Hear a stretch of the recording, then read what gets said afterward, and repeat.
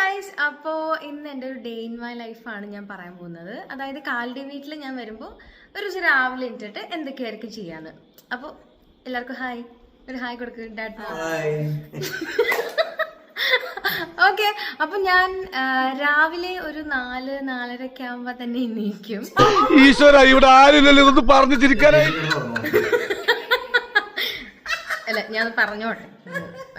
അപ്പൊ കട്ടാക്കൂലേ? അപ്പൊ ഇവരെന്താ ശരിക്കും എനിക്കറിയില്ല.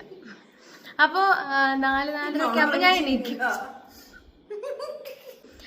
അത് കഴിഞ്ഞിട്ട് ഞാൻ ആദ്യം ചെയ്യുന്നത് പള്ളി പോവാന്നുള്ള കാര്യമാണ്.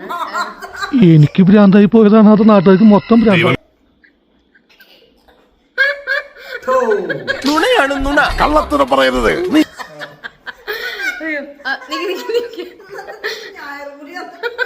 ഇങ്ങനെയുള്ള സന്ദർഭങ്ങളിലാണ് നമ്മൾ സ്വയം നിയന്ത്രിക്കേണ്ടത്. മമ്മീനെ വീഡിയോ കാണുന്നില്ല. അപ്പൊ പള്ളി പോയി കഴിഞ്ഞ് വന്നാൽ ഞാൻ ആദ്യം ചെയ്യുന്നത് ഒരു 5:30 കുർബാന ഉണ്ടെങ്കിൽ പിന്നെ ഒരു 6 മണി 6:30 കഴിഞ്ഞിട്ട് പിന്നെ ഒരു 1 മണിക്കൂർ ഫുൾ വർക്കൗട്ട് ആയിരിക്കും, നടക്കാൻ പോകും.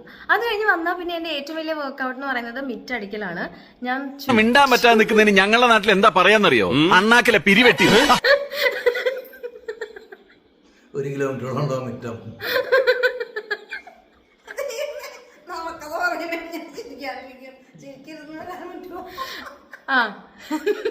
മമ്മീന് കട്ടാവണം, വീഡിയോയിൽ കട്ടാവണം.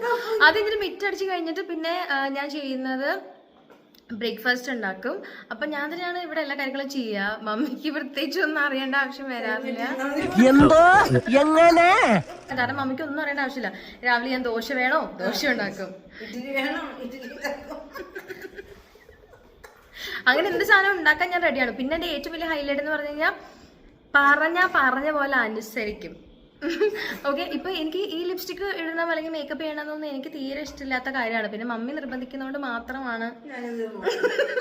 എന്റെ മകളായോട് പറയില്ല, അവളെ വളയ്ക്കാൻ അല്പം ബുദ്ധിമുട്ടാണ്.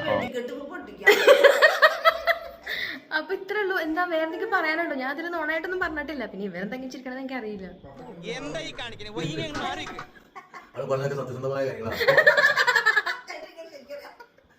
അപ്പൊ അത്രേ ഉള്ളൂ എന്റെ ഡേ ഇൻ മൈ ലൈഫ്. അപ്പൊ വീണ്ടും ഇതുപോലുള്ള വീഡിയോസ് ആയിട്ട് ഞാൻ വരുന്നതായിരിക്കും. ബൈ.